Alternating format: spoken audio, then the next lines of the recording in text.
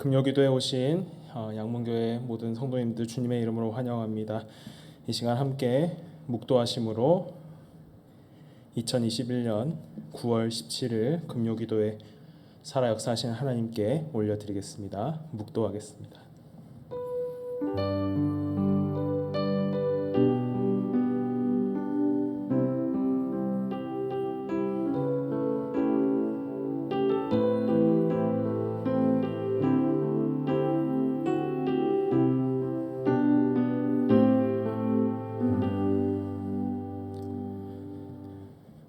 너희는 여호와의 선하심을 맛보아 알지어다. 그에게 피하는 자는 복이 있도다. 너희 성도들아, 여호와를 경외하라. 그를 경외하는 자에게는 부족함이 없도다. 젊은 사자는 궁핍하여 줄일지라도 여호와를 찾는 자는 모든 좋은 것에 부족함이 없으리로다. 아멘. 하나님 아버지, 한 주간의 삶 속에서도 함께 하시며 또 평안케 하시고 이 시간 금요기도회로 함께 찬양하며 기도하게 하시니 감사합니다. 이 시간 우리의 마음을 주께 향하게 하시고 새롭게 하심을 받는 이 예배의 시간, 기도의 시간 되게 하여 주시옵소서. 예수님의 이름으로 기도하옵나이다. 아멘. 찬송가 342장 찬송하겠습니다.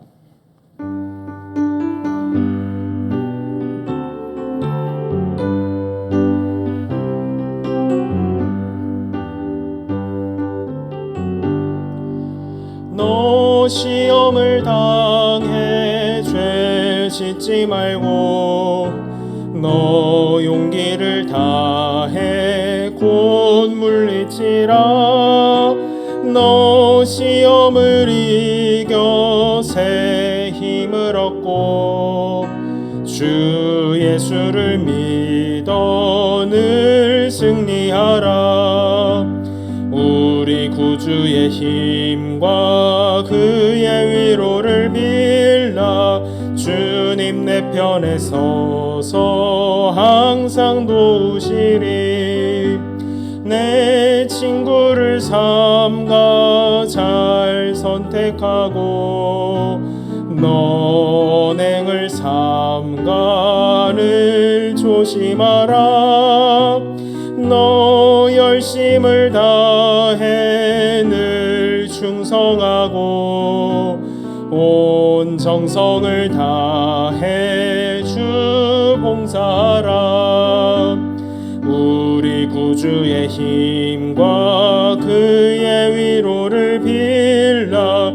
주님 내 편에 서서 항상 도우시리. 잘 이기는 자는 상 받으리니 너 낙심치 말고 늘 전진하라. 내 구세주 예수 힘 주시리니 주 예수를 믿어 늘 승리하라. 우리 구주의 힘과 그의 위로를 빌라. 주님 내 편에 서서 항상 도우시리. 아멘.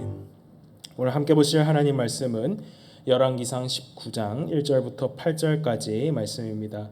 구약성경 549쪽에 있습니다. 열왕기상 19장 1절부터 8절까지 말씀 제가 봉독하겠습니다. 아합이 엘리야가 행한 모든 일과 그가 어떻게 모든 선지자를 칼로 죽였는지를 이세벨에게 말하니 이세벨이 사신을 엘리야에게 보내어 이르되 내가 내일 이맘때에는 반드시 내 생명을 저 사람들 중 한 사람의 생명과 같게 하리라.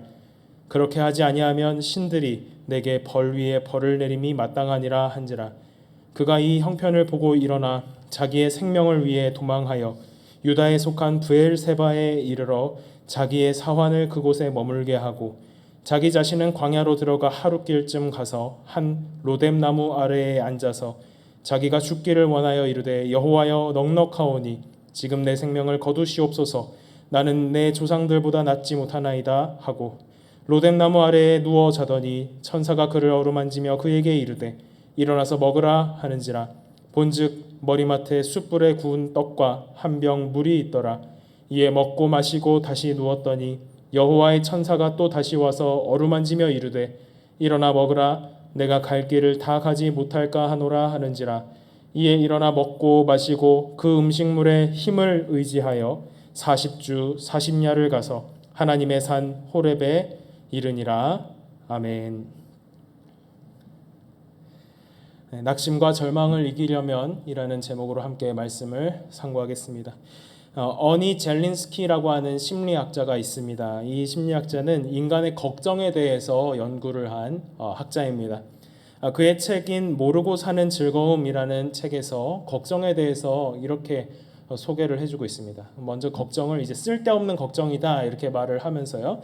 걱정에 대해서 이제 분석을 하는데 40%의 걱정은 절대 현실로 일어나지 않는 것이다. 그리고 30%는 이미 일어난 일에 대한 걱정이다. 또 22%는 사소한 고민이다. 걱정의 4%는 우리 힘으로는 어쩔 도리가 없는 일에 대한 것이다. 마지막 걱정 4% 우리가 바꿔놓을 수 있는 일에 대한 것이다. 이렇게 했습니다. 이 퍼센테이지들을 한번 보시면요. 90% 거의 90% 이상이 우리가 어떻게 할 수 있는 것이 아닙니다. 성도 여러분 어떻습니까? 우리의 삶 속에 얼마나 많은 걱정과 고민 또 염려, 불안 그리고 그것이 좀 더 심화되고 발전해서 낙심되고 절망되는 일들이 많습니까?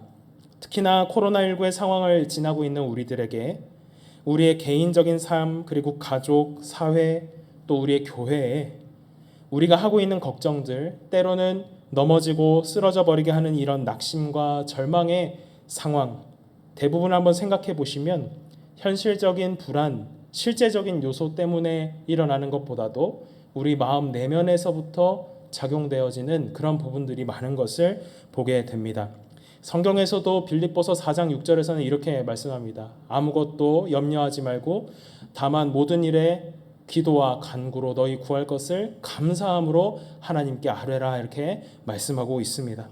그리스도인에게도 역시나 세상 사람들처럼 고민과 염려거리들이 있습니다. 그러나 우리는 그 고민과 염려, 낙심과 절망에 멈추어지거나 또 거기에 함몰되는 그런 사람들이 아니라 믿음 가운데 하나님의 일하심을 기대하고 다시 일어서는 그런 믿음의 걸음을 해나가는 존재인 줄 믿습니다. 오늘 함께 상고하는 이 말씀을 통하여서 우리의 이 낙심 그리고 절망 어떻게 보면 늪과 같고 싱크홀과 같은 그런 우리가 넘어지게 되는 그런 상황들 어떻게 딛고 이길 것인가 일어설 것인가 우리가 이 말씀을 통하여서 상고하고 은혜를 나누며 기도의 제목으로 삼고자 합니다.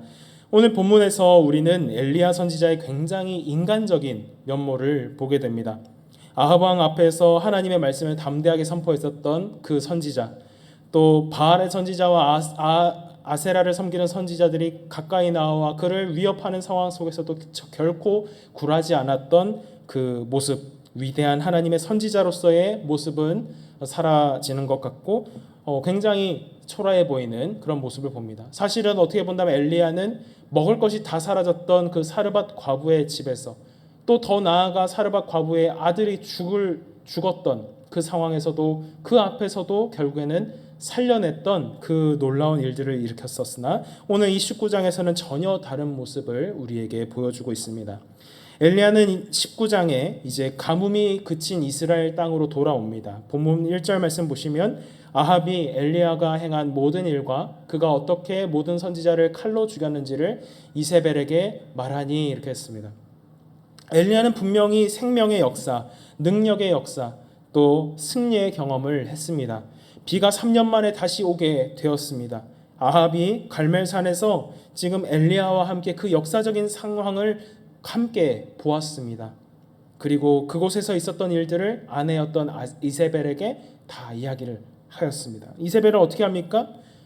잔뜩 화가 났을 겁니다. 그리고 엘리야를 이전에 여호와의 선지자들을 아주 핍박하고 칼로 죽였던 그것처럼 같이 없애버려야겠다 생각을 합니다.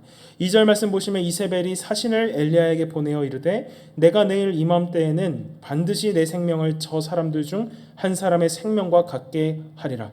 그렇게 하지 아니하면 신들이 내게 벌 위에 벌을 내림이 마땅하니라. 이렇게 말씀합니다. 사신을, 이 신하를 이렇게 보내어서 경고를 하는 겁니다. 내가 예언자들을 죽였으니 나도 너를 죽이겠다. 내가 내일 이맘때까지 너를 죽이지 못하면 나의 신들, 바알과 아세라죠. 나의 신들에게서 천벌을 달게 받겠다. 아니 그보다 더한 재앙이라도 그대로 받을 것이다. 이렇게 아주 맹렬한 경고를 했습니다. 이세벨이 이렇게 협박을 하자 엘리야는 도망을 황급히 하게 됩니다. 3절 말씀 한번 같이 읽겠습니다. 시작. 그가 이 형편을 보고 일어나 자기의 생명을 위해 도망하여 유다에 속한 브엘세바에 이르러 자기의 사환을 그곳에 머물게 하고 이렇게 합니다. 여러분들 오늘 이 3절 9절을 한번 잘 보십시오. 보시면 엘리야가 지금 무엇을 보고 일어났습니까? 그의 형편을 보았습니다. 여기서 보았다라고 하는 이 표현을요, 우리 성경에서는 이제 보았다라고 번역을 했습니다. 그런데 다른 번역 성경들을 보게 되면은 이 원어에 해당하는 단어를 어떻게 번역을 하는 경우가 있냐면 두려워했다라고 하는 번역으로 쓰는 경우가 있습니다. 이것은 이 해당하는 단어가 야레라고 하는 표현이 쓰였는데 이 단어가 보다라고 하는 의미도 있지만 어떻게 두려워하다의 변화형을 나타낼 때도 야레라고 하는 말을 씁니다. 그래서 이게 어떻게 본다면 이 엘리야가 그냥 본 것입니다. 형편을 본 것인데 때로는 그 형편을 본 것으로만 머물렀다면 아마 거기서 그대로 머물렀을지 모르겠으나 그 상황 가운데 두려움이 일어나고 자기 생명을 위하여서 도망을 하게 된 것입니다. 어디까지 도망갑니까? 유다에 속한 브엘세바까지 이르렀다라고 말씀하고 있습니다. 오늘 본문 3절 말씀에 지금 엘리야가 이동을 했지 않습니까? 이동을 해서 브엘세바로 갔는데 그럼 출발점이 어디입니까? 출발점은 열왕기상 18장 마지막 부분을 한번 보면요. 그가 지금 있었던 곳이 이스라엘이라고 하는 곳입니다. 이스라엘에서부터 지금 브엘세바로 갔습니다.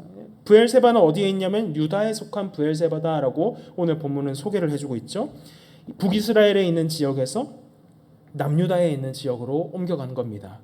이 북이스라엘 지역에서 남유다 지역, 굉장히 긴 거리를 피신을 했겠구나 우리는 생각을 하게 됩니다. 거리상으로 지도상으로 따져보게 되면은 약 140에서 160km 정도 되는 거리라고 합니다. 굉장히 먼 거리를 피난을 간 것이죠. 게다가 남유다에서 브엘세바는 가장 끝에 있는 곳입니다. 남쪽 끝에 위치한 곳이에요. 그러다 보니까 이 엘리야는 굉장히 진짜 땅 끝까지, 어떻게 보면 땅 끝까지 피신을 한 겁니다. 이세벨이 아합의 말을 듣고서 엘리야에게 위협을 가하니까 이렇게 한 것이죠. 한번 생각해 보십시오. 이세벨이 위협을 가한 것은 팩트입니다. 사실이죠. 그러나 내가 너를 죽이겠다, 네가 죽은 목숨이 되겠다 한 것은요, 이세벨의 그런 엄포요 협박이긴 했지만 실제로 일어난 상황은 아닙니다. 말 그대로 협박이고 위협을 가한 것뿐입니다. 우리가 어떤 것을 인해서 불안해하는 것을 보면은 실제로 일어나지 않을 것들을 두려워하는 경우들이 있습니다. 겁이 나고 불안해하는 경우들이 많습니다. 이세벨이 당장에 지금 군사를 보내서 엘리야를 죽이면 됩니다. 만약에 진짜 죽이고 싶었더라면. 그러나 지금 그는 신하를 한 명 딱 보내서 말만 전했습니다. 엄포를 놓은 겁니다. 이세벨이 그렇게 한 것은 아마도 그 이전에 있었던 상황, 450명의 그 선지자들과 싸우는, 그리고 그 선지자들이 패배하였던 그 싸움을 이스라엘 사람들이, 백성들이 다 보았습니다. 그런 상황들을, 갈멜산에서의 상황들을 보게 되니 여론의 상황이 어땠을까요? 아, 하나님께서 살아계시는구나, 하나님께서 역사하시는구나, 그런 부분들을 볼 수가 있었던 겁니다. 엘리야가 하나님의 선지자구나, 그런 것을 보게 된 것이죠. 그렇다면 지금 상황에서 엘리야를 그냥 죽인다? 이것은 여론의 악화를 조장하는 것밖에는 되지 않습니다. 지금 상황에서 그냥 상황을 잠재우려면 야, 여호와의 선지자라도 내가 말 한마디면은 잠재울 수 있어, 도망하게 할 수 있어, 이런 것을 보여주면 되는 것 아닙니까? 그래서 지금 이세벨은 사신을 보내어서 엄포를 놓은 겁니다. 엘리야는 거기에 도망을 한 것입니다. 엘리야는 무엇을 봤습니까? 형편을 봤습니다. 상황을 본 겁니다. 말 그대로 수치화하고 데이터화 시킬 때에는 분명히 이것은 위기의 상황이 맞습니다. 어려운 상황입니다. 그러나 그 상황 속에 그는 계속해서 어려움에 집중을 했습니다. 그러니까 어려우면 어떻게 됩니까? 그를 고립시키기 시작합니다. 하나님의 사람에게도 세상의 소리가 크게 들리고 또 그 형편만 보이기 시작하면 낙심과 절망을 결코 이길 수가 없습니다. 오늘 이 말씀은 우리에게 낙심과 절망의 상황을 맞닥뜨릴 때 우리는 어떻게 해야 되는가? 세상의 소리가 크게 들리고 형편만 보이는 그런 상황 가운데 있는가? 그렇다면 그것은 우리의 상황 가운데서 결코 낙심과 절망을 이길 수 없구나라는 사실을 오늘 이 엘리야를 통하여서 보게 해줍니다. 엘리야 어떻게 합니까? 이어서 4절 말씀 가보면 브엘세바에서 지금 이제 홀로 더 들어갑니다. 더 들어가요. 4절 말씀 보십시오. 자기 자신은 광야로 들어가 하룻길쯤 가서 한 로뎀나무 아래에 앉아서 자기가 죽기를 원하여 이르되 여호와여 넉넉하오니 지금 내 생명을 거두시옵소서. 나는 내 조상들보다 낫지 못하니이다 말씀합니다. 하루 정도를 걸었습니다. 그리고 그곳에서 로뎀나무 아래에 앉아서 자기를 죽여달라, 난 죽기를 원합니다, 하나님 앞에 그러한 고백을 하고 있습니다. 주님, 이제는 더 바랄 것이 없습니다. 나의 목숨을 거두어 주십시오. 나는 내 조상보다 조금도 나을 것이 없습니다. 이렇게 했습니다. 여기서 이 로뎀나무는 거창하고 큰 그늘이 만들어지는 그런 나무가 아닙니다. 실제로 보게 되면 굉장히 초라해 보이는 나무가 바로 이 로뎀나무입니다. 나무 그늘이 그렇게 많이 생길 것 같지 않은, 어떻게 보면 쌀이나무 같은 그런 나무입니다. 그 나무 아래에 앉아서 하나님께 지금 상황으로 인해서 낙심되고 절망하고 좌절하여 있는 그의 마음을 토로하고 있는 것입니다. 분명히 그는 큰 승리를 거둔 상황 이후에 지금 있습니다. 그러나 그 하나님의 역사하신 불이 내리는 그 제단을 아합이 보았고 또 그것을 전했음에도 불구하고 이세벨은 강경했습니다. 자기를 죽인다고 했습니다. 이스라엘 백성들이 주 여호와는 하나님이십니다, 하나님의 살아계심을 보았고 그에 대한 고백을 하고 믿음으로 살아야 되겠구나, 그런 생각을 조금은 가졌을지 모르지만 그러나 여전히 바뀌어지지 않는 현실의 벽을 마주하게 된 것입니다. 어렵습니다. 상황을 엘리야는 주목했습니다. 그리고 오늘 엘리야의 상황 가운데에서 지금 표현하는 본문들 한번 보십시오. 하나님의 말씀, 여호와의 말씀, 그런 구절 자체가 나오질 않습니다. 말씀이 임하지 않고 오직 상황으로만 가득 차 있는 엘리야, 그에게는 승리가 아니라 큰 승리 이후에도 그는 지금 패배감으로 가득 차 있습니다. 그런 상황 가운데 우리는 상황을 본다고 우리의 상황이 바뀌어지지 않습니다. 과거에 성공한 것이 있어서 그것을 넘을 수 있습니까? 그렇지 못하였습니다. 슬럼프가 찾아왔고 넘어지고 말았습니다. 그렇다면 어떻게 이런 상황 가운데서 이겨낼 수 있고 또 일어설 수 있을까요? 회복의 키는 상황보다 크신 하나님을 바라보는 것입니다. 한번 따라해 보실까요? 상황보다 크신 하나님을 바라보는 것입니다. 엘리야가 이렇게 슬럼프, 낙심에 빠지게 된 것은 당연합니다. 엘리야도 우리와 같은 성정을 가진 그런 연약한 인간이었습니다. 갈멜산에 큰 승리를 거두고 이스라엘의 급격한 변화가 있기를 원했을지 모르겠습니다. 하지만 엘리야 자신이 그 변화를 일으킬 수 있는 존재가 아니었습니다. 오직 변화는 하나님께서 함께 하실 때 가능한 것입니다. 하나님께서 주시는 것입니다. 엘리야는 자기 자신을 바라봤습니다. 현 상황을 봤습니다. 내 조상보다 내가 조금도 나을 것이 없습니다. 그의 고백, 한탄스러운 상황 가운데 나오는 그 고백이 사실은 맞는 말입니다. 그런 어려움 속에 낙심하고 죽기를 바라고 차라리 죽여주십시오 말하는, 어떻게 본다면 현실 도피하고 있는 그의 모습에 하나님께서 뭐라고 하십니까? 어떻게 하십니까? 그에게 나타나시고 힘이 되어주십니다. 오늘 이 본문에서는 우리에게 이 낙심과 좌절을 이기게 하시는 하나님, 우리에게 어떻게 해주시는 분인지를 이렇게 표현해 줍니다. 하나님께서는 우리에게 힘을 공급해 주십니다. 낙심과 좌절을 이기고 사명을 이루는 것은 우리의 힘과 능력이 아니라 하나님께서 공급해 주시는 그 힘으로 하는 것입니다. 5절 말씀 우리 한번 같이 읽겠습니다. 시작. 로뎀나무 아래에 누워 자더니 천사가 그를 어루만지며 그에게 이르되 일어나서 먹으라 하는지라. 우리 7절 말씀도 함께 읽겠습니다. 시작. 여호와의 천사가 또 다시 와서 어루만지며 이르되 일어나 먹으라, 내가 갈 길을 다 가지 못할까 하노라.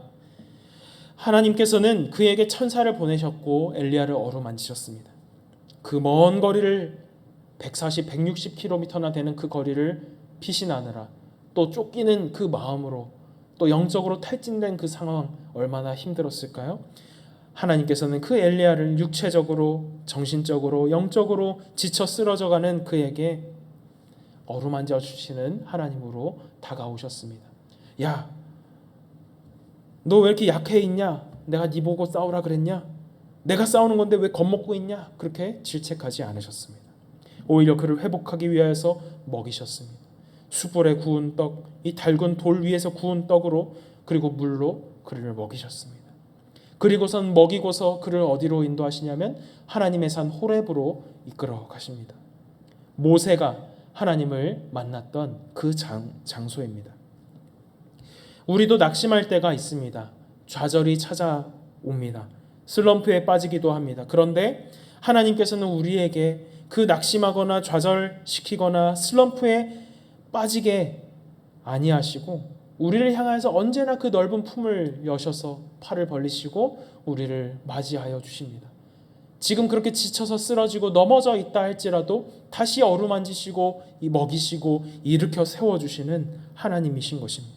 그 하나님, 그 넓은 품 안으로 우리가 들어가 있고 그 안에서 힘을 얻고 있다는 것을 알게 될 때 거기서부터 우리는 다시금 사명의 걸음들을 걸어 나갈 수가 있는 것입니다. 사랑하는 양문의 성도 여러분, 저와 여러분을 품으시는 그 하나님을 기억할 수 있기를 바랍니다. 실수하고 넘어지고 깨어진 상태라고 할지라도 내가 쓰러진 그곳에서도 하나님께서는 우리에게 위로하시며 회복시키시는 그 아버지가 되시는 줄 믿습니다. 그렇기 때문에 주저하지 말고 하나님께 나아가야 하는 것입니다. 말씀 앞으로 그리고 예배의 자리로 나아가는 것입니다. 2주간 동안 우리가 비대면으로 예배를 드리지만 이 시간 하나님 앞에 그럼에도 불구하고 다시 말씀으로 예배로 그 자리를 찾아서 나아가야 하는 것입니다. 도무지 예배할 수 없는 극한의 낙심과 좌절의 상황이 우리에게 몰아닥친다 할지라도 하나님 앞에서 기도의 무릎이 다시 꿇어지기 시작할 때 그곳은 다시 우리를 먹이시고 일으키시며 다시 사명의 걸음을 걸어가게 하시는 회복의 자리가 되는 줄 믿습니다. 사랑하는 양문의 성도 여러분, 우리는 우리 자신에게 너무 실망하지 말았으면 좋겠습니다. 우리 자신은 원래 그렇게 형편없는 그런 존재가 맞습니다. 우리는 죄인입니다. 우리는 소망이 없습니다. 그런데 어느 순간부터인가 우리는 무언가 되는 것처럼 생각하고 또 대단한 사람인 것처럼 실망하기도 합니다. 그러나 내가 하나님 앞에서 하나님의 구원하심 외에는 다른 소망이 없는 죄인이며 하나님의 은혜로만 살아갈 수 있는 존재인 것을 기억하고 그 가운데 설 때에 거기서부터 우리는 하나님의 놀라우신 그 오른손의 역사하심을, 의로우신 그 오른손으로 붙드시는 역사하심을 보게 될 것입니다. 말씀하시는 하나님 앞에 나아가십시오. 하나님을 만나고 하나님의 품 안에 안겨 있음을 날마다 느끼는, 누리는 그 삶의 자리에 나아가십시오. 그렇게 될 때 우리는 회복을 경험하게 될 줄 믿습니다. 우리는 우리 눈앞에 놓여진 상황밖에, 현상밖에 못 보지만 하나님께서는 전체를 보시고 모든 것을 주관하십니다. 엘리야의 생각에 지금 나는 패배했어. 여전히 기세등등한 이세벨이 살아있어. 나는 답답하고 불안하고 좌절되고 그런 늪을 걷고 있어 생각했을지 모르지만 하나님께서는 그 상황 속에서도 여전히 엘리야를 어루만지시고 먹이시고 일으키시고 사명의 길을 걸어가게 하시는 그 자리에서 하나님께서 함께 하셨음을 우리에게 보여주고 있습니다. 7절 말씀 뭐라고 합니까? 여호와의 천사가 또다시 와서 어루만지며 이르되 일어나 먹으라. 내가 갈 길을 다 가지 못할까 하노라. 엘리야는 끝이라고 생각했습니다. 그러나 갈 길이 다시 남아있다라고 말씀해 주십니다. 엘리야가 가야 할 길이 남은 것입니다. 사랑하는 양문의 성도 여러분, 우리가 먼저 끝내지 맙시다. 하나님께서 끝이라고 말씀하시고 끝내시기 전에 우리가 먼저 끝내고 우리가 포기하지 맙시다. 하나님의 일하심을 기대하고 끝까지 순종하며 말씀을 따라 갈 수 있기를 바랍니다. 그렇게 엘리야는 8절에서 일어나서 먹고 마시고 그 음식물의 힘을 의지하여 40일 밤낮을 걸어갑니다. 그리고 하나님의 산 호렙에 이르렀습니다. 2015년 5월 생명의 삶의 이 큐티 책에 있는 묵상글 가운데에 이런 글이 있습니다. 내 기대와 열심 그것이 하나님보다 커지게 되면 낙심하게 됩니다. 이런 글귀가 있었어요. 내 기대와 열심 그것이 하나님보다 커지게 되면 낙심하게 된다. 네, 맞습니다. 하나님께서 우리에게 기대하시는 것은 어떠한 상황 가운데서 내가 흔들림 없이 하나님을 바라보는 우리의 신실한 마음일 것입니다. 사람을 보고 세상을 보면 우리는 결코 만족할 수가 없습니다. 그러나 우리 하나님 한 분만을 바라보며 그분을 의지할 때 거기에 승리가 있고 거기에 회복이 있음을 오늘 본문을 통하여서 도전을 받게 됩니다. 상황보다 크신 하나님을 바라보시고 나는 끝났다 생각했지만 여전히 일하시며 전화위복의 상황으로 인도하실 그 하나님을 기대하고 현상에 파묻히기보다 말씀으로 들어가고 예배의 자리에 서서 말씀이 인도하는 삶으로 살아내심으로 하나님의 능하신 오른손의 능력을 경험하는 저와 여러분 모든 양문의 성도님들 다 되시기를 주님의 이름으로 축원합니다. 하나님 아버지, 오늘 이 말씀을 기억하며 오늘 우리의 삶에서도 정말로 하나님의 역사하심, 때로는 우리의 낙심과 절망의 상황, 환경밖에 보이지 않는 형편밖에 볼 수 없는 그런 상황에서도 다시금 하나님이 우리를 향하여 역사하고 계시고 함께 하신다는 그 믿음의 자리에 서게 하시고 그 믿음이 작동하도록 말씀의 자리, 예배의 자리를 힘써 찾을 수 있는 우리 양문의 모든 성도님들 다 될 수 있도록 인도하여 주시옵소서. 함께 하실 하나님께 감사드리며 예수님의 이름으로 기도하옵나이다. 아멘. 이 시간 함께 찬양하겠습니다. 이 시간 기꺼이라고 하는 찬양인데요, 처음 불러보는 찬양입니다. 사실 이 자리에 함께 성도님들이 앉아서 함께 찬양하는 그것을 또 생각하면서 이 곡을 또 가지고 있었는데 정말로 이 가사처럼 되었습니다. 모일 수 없을 때, 소리 낼 수 없을 때, 이 자리에 함께 모이지 못하고 각자의 자리에서 예배하지만 우리가 여전히 예배하겠다고, 또 우리가 낙심되고 절망되고 또 침체가 되는 그런 상황이 찾아온다 할지라도, 내가 사랑받지 못하고 환영받지 못하는 그런 상황이 찾아온다 할지라도 그럼에도 불구하고 그 자리에서 우리가 예배하겠노라고, 부르신 곳에서 나는 예배하겠다고 이 시간 함께 우리 마음을 다하여서 찬양하기를 원합니다.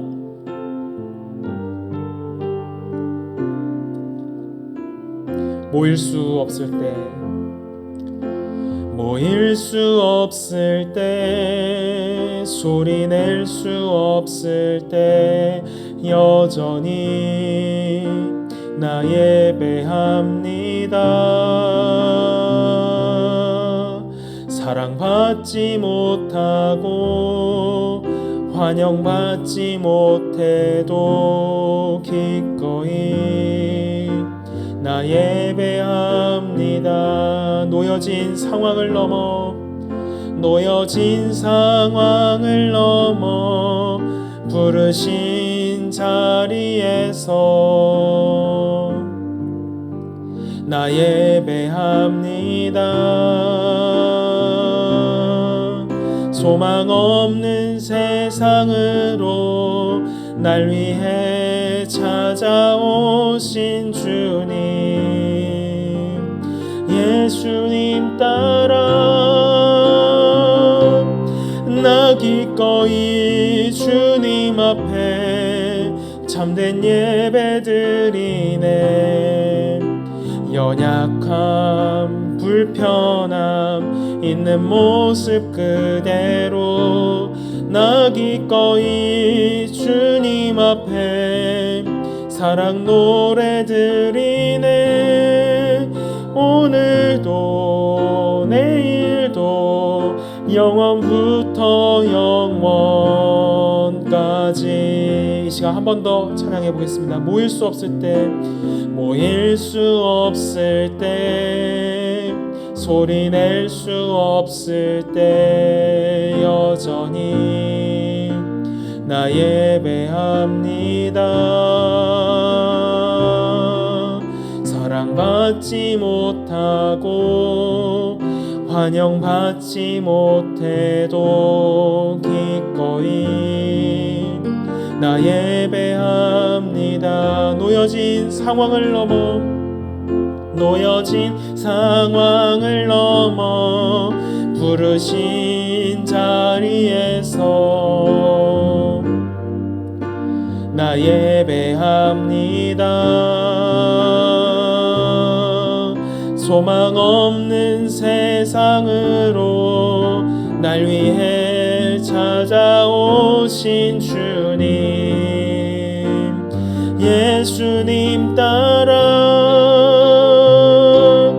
나 기꺼이 주님 앞에 참된 예배 드리네.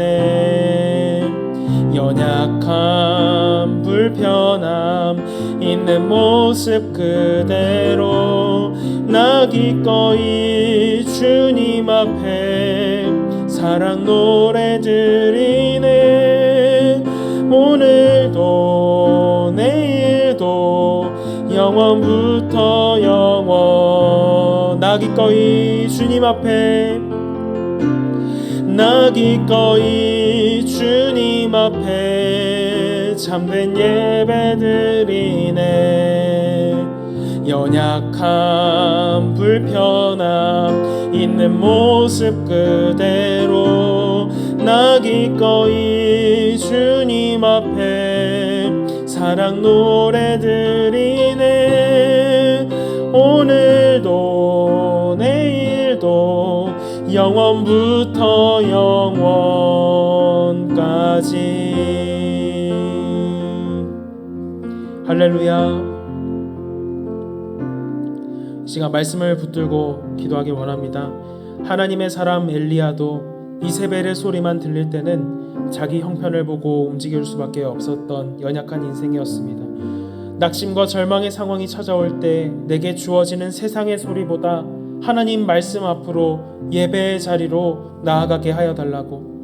낙심과 좌절을 이기고 사명을 이루는 방법은 내 힘과 내 능력에 있는 것이 아니라 이전의 성공이 아니라 오직 하나님께서 공급하여 주시는 힘으로 가능하다는 것을 깨닫고 날마다의 삶 속에 하나님이 주시는 하늘 양식 그 말씀을 먹음으로 능히 오늘의 삶 속에 주신 사명의 길을 끝까지 걸어가게 하여 달라고. 또 우리의 상황 속에 좋지 않은 상황이 펼쳐진다 할지라도 하나님 살아 역사하시는 하나님을 믿으며 끝까지 포기하지 않게 하여 달라고 말씀을 붙들고 합심하여 기도하길 원합니다. 교회를 위하여서 기도하실 때 양문교회를 구원과 축복과 나눔의 공동체 귀한 통로로 들어 사용하여 달라고. 세우신 담임 목사님을 통하여서 주시는 모든 말씀과 사역의 지경 위에 하나님께서 넘치는 은혜로 부으시는 것을 함께 목도하게 하여 달라고. 모든 부서와 기관 직분자들이 성령의 충만함 가운데 맡겨진 사명 잘 감당하며 한 마음으로 섬기게 하여 달라고. 교회 내에 육신의 연약함으로 인해서 부르짖어 기도하는 환우들과 그 가정들을 붙들어 주시며 치료의 광선을 발하여 달라고.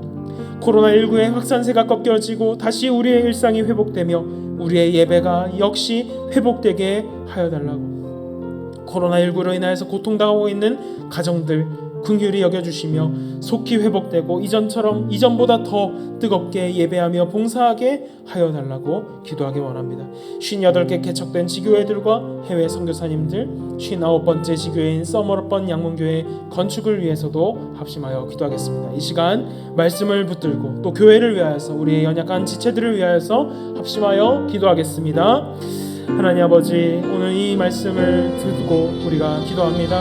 하나님의 사람 엘리야, 그도 하나님의 말씀이 아니라 사람의 소리, 세상의 소리가 있을 때는 형편 가운데 넘어질 수밖에 없었던 연약한 인생인 것을 우리가 봅니다. 오늘도 우리가 살아가는 상황들 속에서 세상의 소리보다 하나님 말씀으로 예배의 자리로 더욱 나아갈 수 있는 우리가 되게 하여 주시옵소서. 하나님 아버지, 낙심의 상황, 좌절의 상황이 찾아올 때 우리가 사명도 잊어버리고 또 내 힘과 내 능력으로 무언가를 하려고 하지만 하나님, 우리가 내 힘과 내 능력으로가 아니라 위로부터 주시는 하나님의 공급하시는 그 힘으로 사명을 감당하고 일어나 걸으며 뛰며 움직여갈 수 있도록 은혜를 베풀어 주시옵소서. 날마다 우리의 삶 속에 하나님의 양식, 하늘의 양식을 말씀을 먹음으로 능히 우리의 삶의 자리에 사명의 길을 끝까지 이겨나가게 하여 주시옵소서. 좋지 않은 상황이 올다 할지라도 하나님 아버지 믿으며 끝까지 포기하지 않는 우리가 되게 하여 주시옵소서. 교회 가운데 하나님의 능력의 장중에 붙들어 주시고 아버지 하나님 비대면으로 예배드리는 이 2주간의 상황 가운데서도 하나님 아버지 능력의 장중에 우리 모든 성도님들 붙들어 주시되 특별히 구원과 축복과 나눔의 공동체의 역할을, 통로의 역할을 각자의 가정에서, 사회에서, 직장에서, 학교에서 잘 감당해 나가는 우리 지체들이 다 될 수 있도록 은혜를 베풀어 주시옵소서. 세우신 담임 목사님 능력의 장중에 붙들어 주시되 모든 말씀과 사역의 지경이 넓혀지게 하시며 또한 하나님께서 넘치는 은혜로 부으시는 것을 우리 모든 성도들이 함께 보게 하여 주시옵소서. 모든 부서와 기관들, 직분자들 하나님 성령의 충만함 가운데 맡겨진 사명들을 잘 감당하게 하시고 아버지 하나님 한마음과 한뜻으로 섬기게 하여 주시옵소서. 교회 내에 역시 연약한 육신의 이 기도의 제목을 가지고 있는 지체들 많습니다. 환우들을 붙들어 주시고 그 각 가정들마다 아버지 하나님 위로해 주시며 치료의 광선을 발하여 주시옵소서. 코로나19의 확산세가 아버지 하나님 여전한 가운데 있습니다. 우리를 붙들어 주시고 함께하여 주시고 아버지 하나님 특별히 우리의 예배가 회복되는 은혜를 더하여 주시옵소서. 코로나19로 고통당하는 가정들 많습니다. 하나님 긍휼을 베풀어 주옵소서. 속히 회복되게 하시고 이전처럼 아니 이전보다 더 뜨겁게 예배하며 봉사하는 우리가 될 수 있도록 함께하여 주시옵소서. 58개 개척된 지교회들 아버지 하나님 이 코로나의 상황 가운데 아버지 하나님 굴복되지 아니하고 여전히 그 복음의 사명들 잘 감당할 수 있게 하여 주시며 특별히 해외 선교사님들도 붙들어 주시옵소서. 아버지 59번째 지교회 서워르번 양문교회 아버지 하나님 그 건축도 원활하게 이루어질 수 있도록 은혜를 베풀어 주시옵소서.